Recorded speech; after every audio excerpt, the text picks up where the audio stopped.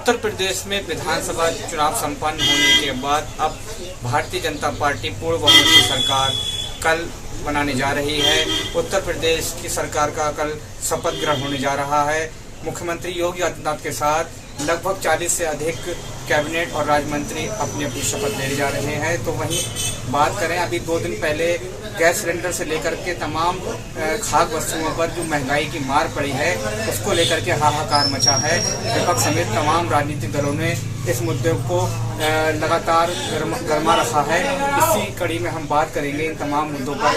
आज हमारे साथ मौजूद हैं राष्ट्रवादी कांग्रेस पार्टी के यूपी यूनिट के प्रदेश महासचिव और बरेली के निवासी एडवोकेट मुशर्रफ अंसारी साहब काफ़ी सीनियर पॉलिटिशियन माने जाते हैं और बरेली में पिछले काफ़ी अरसे से राजनीतिक क्षेत्र में मुशर्रफ अंसारी साहब ने अपनी पकड़ बनाई है।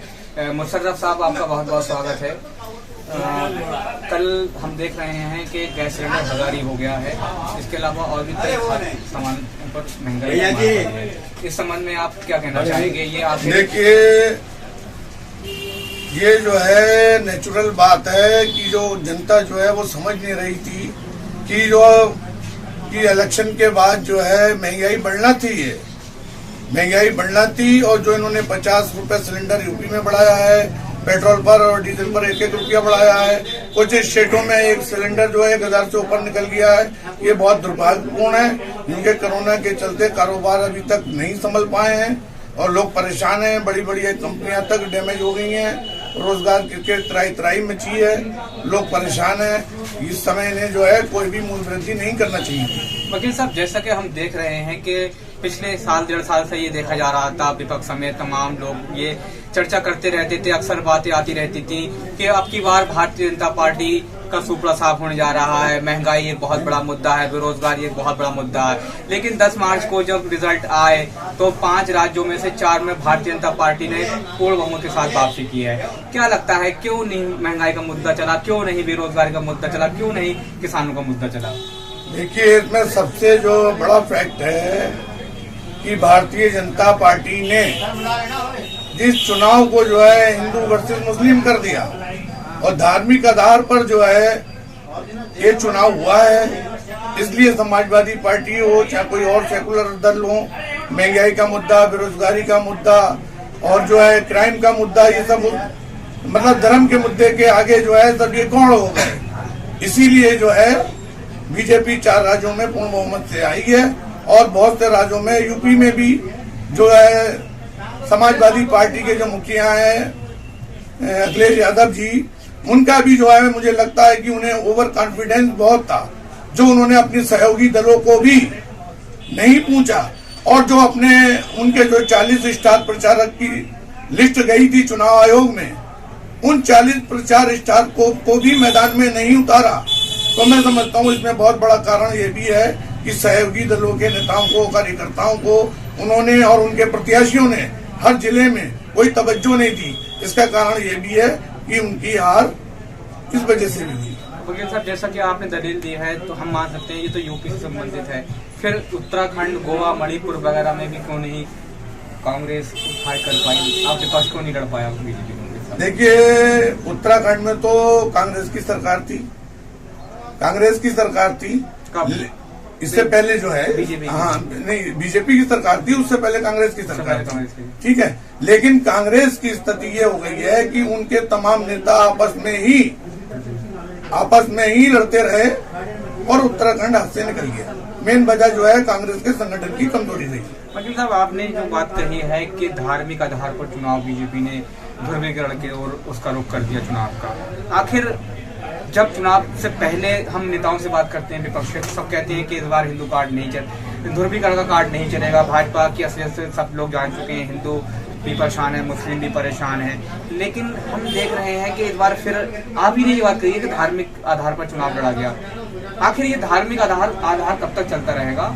इसकी कार्ड क्या है विपक्ष के पास? देखिए, विपक्ष के पास इसकी कार्ड यही है कि अभी ये कार्ड जो है अभी कुछ वर्षों तक और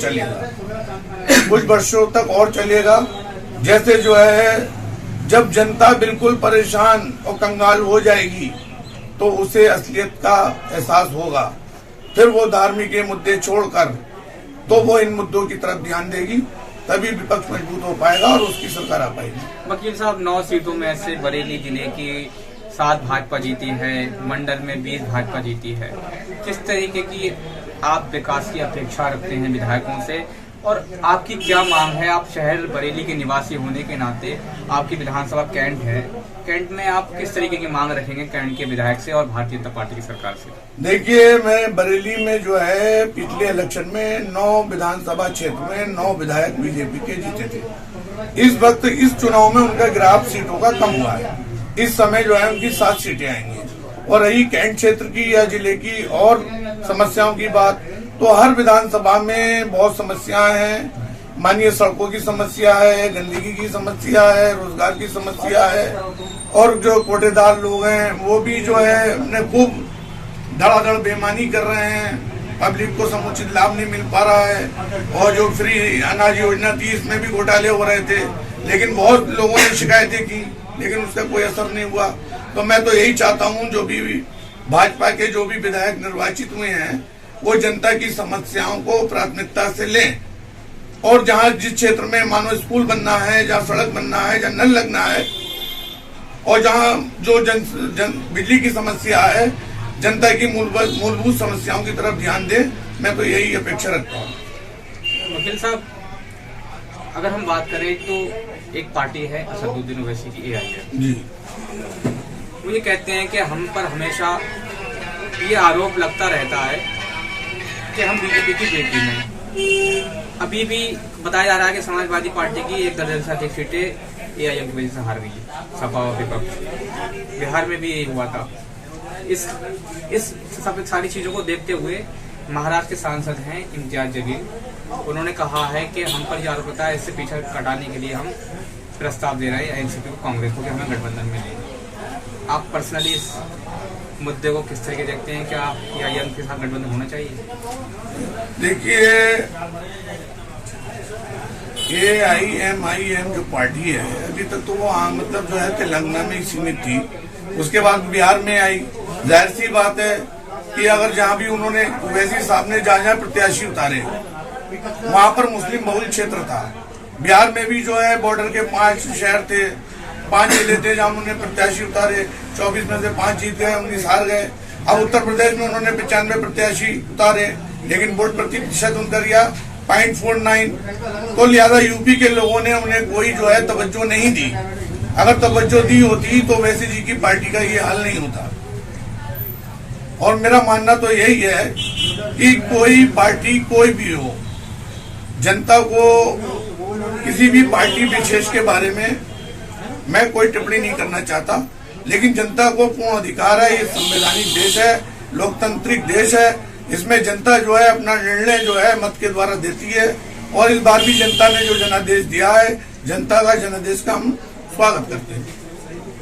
वकील साहब, ये बातें अक्सर होती रहती हैं कि महंगाई को लेकर, तेल, पेट्रोल और गैस को लेकर के तेल कंपनियां रेट निर्धारित करती हैं। चुनाव के समय हमने देखा 3-4 महीने तक ना तेल पर रेट बढ़े ना गैस पर बढ़े। चुनाव हटते ही गैस पर भी रेट बढ़ गए, तेल पर भी बढ़ गए। ये सब के पब्लिक को एक तरीके से मिसगाइड करने का तरीका है, ये क्या है? और ये वास्तव में ही सच्चाई है कि तेल कंपनी निर्धारित करती है? देखिए, पूरी मशीनरी जो होती है सेंट्रल गवर्नमेंट के अधीन होती है, और ये बात सर्वविदित है, सब जानते हैं। बिना सेंट्रल गवर्नमेंट के झंडी के कोई भी तेल कंपनी ना पैसा बढ़ाएगी ना कोई कुछ कर सकती है। और इसी कड़ी में मैं बताना चाहता हूँ, जैसा कोरोना काल में जो है, कोरोना काल में स्पेशल ट्रेनें चलाई गई, उसका किराया जो है 500 किलोमीटर तक का लिया गया, प्लस 30% टैक्स लिया गया। तो मुझे ये लगता है ये जनता को सब बेवकूफ बनाने की बातें हैं। बरेली के वरिष्ठ अधिवक्ता मुशर्रफ अंसारी, जो राष्ट्रीयवादी कांग्रेस पार्टी के प्रदेश महासचिव भी हैं, हमारे साथ बातचीत में वकील साहब का कहना है कि महंगाई की मार एक बार फिर भारतीय जनता पार्टी ने लोगों पर डाल दी है, और एक बार फिर धार्मिक आधार पर ये पूरा का पूरा चुनाव कैंपेन भारतीय जनता पार्टी द्वारा तैयार किया गया था, जिसका कारण रहा कि एक बार फिर 4 राज्यों की जो जनता है वो फिर भारतीय जनता पार्टी के इस एजेंडे में फंस गई और फिर से भारतीय जनता पार्टी की सरकार को रिपीट कर दिया। इसके अलावा तमाम मुद्दों पर, ओवैसी फैक्टर पर भी वकील साहब ने खुल करके अपने विचार रखे हैं और साफ साफ तौर पर कहा है, चाहे ओवैसी की बात हो या किसी और की, कि पार्टी नेतृत्व जाने और हाईकमान जो भी फैसला लेगा वो उचित ही लेगा। समाचार तेज न्यूज के लिए मैं बरेली से अल्तुमत सिद्दीकी।